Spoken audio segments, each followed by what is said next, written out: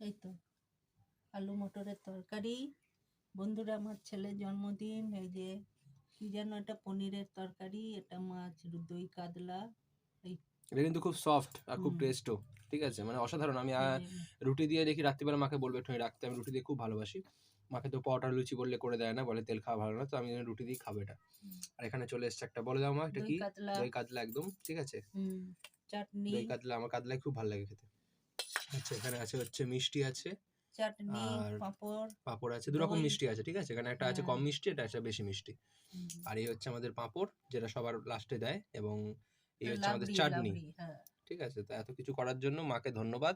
আর চাটনিটা দেখি। আমার জন্মদিনে একদম ঠিক আছে, আর এত জন্মদিনে এতটা মানে সাজিয়ে গুছিয়ে খাওয়ানো প্রত্যেকটা মা তার ছেলে মেয়েদের করে, এবং আমি মনে করি তার জন্য থ্যাংক ইউ মাকে, এত কিছু খেটে করা এবং এত কিছু ভাবা।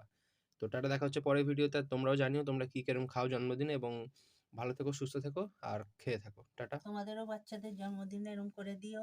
ভালো থেকো, বাচ্চাদের আশীর্বাদ করো। একদম, চলো দেখা হচ্ছে পরের ভিডিওতে।